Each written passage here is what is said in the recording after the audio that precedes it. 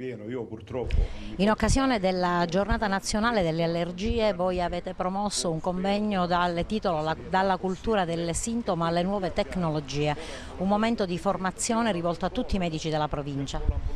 Sì, in occasione della Giornata Nazionale delle Allergie e del Respiro, perché sono due giornate nazionali che coincidono, stiamo effettuando questo convegno sulle patologie respiratorie, soprattutto di natura allergica.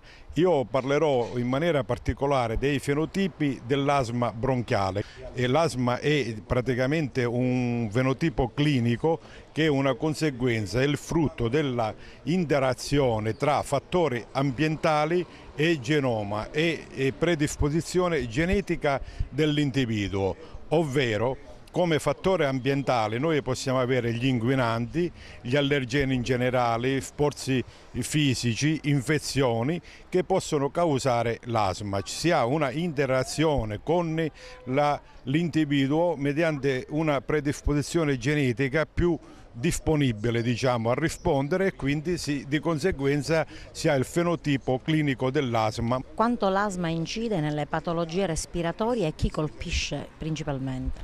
L'asma è una patologia infiammatoria cronica che colpisce una grande fetta di popolazione, ma io partirei proprio dal titolo dell'incontro di oggi, dal sintomo alle nuove tecnologie, perché bisogna avere davanti il paziente nella sua complessità, perché l'asma non è una patologia semplice, bisogna considerare che l'asma riconosce diverse componenti, quindi è come se fosse un diamante con numerose sfaccettature, quindi bisogna trattare, bisogna considerare non l'asma bronchiale, ma il paziente asmatico nella sua complessità, nella trama socioculturale in cui viene inserito questo paziente. Il risultato dell'allergia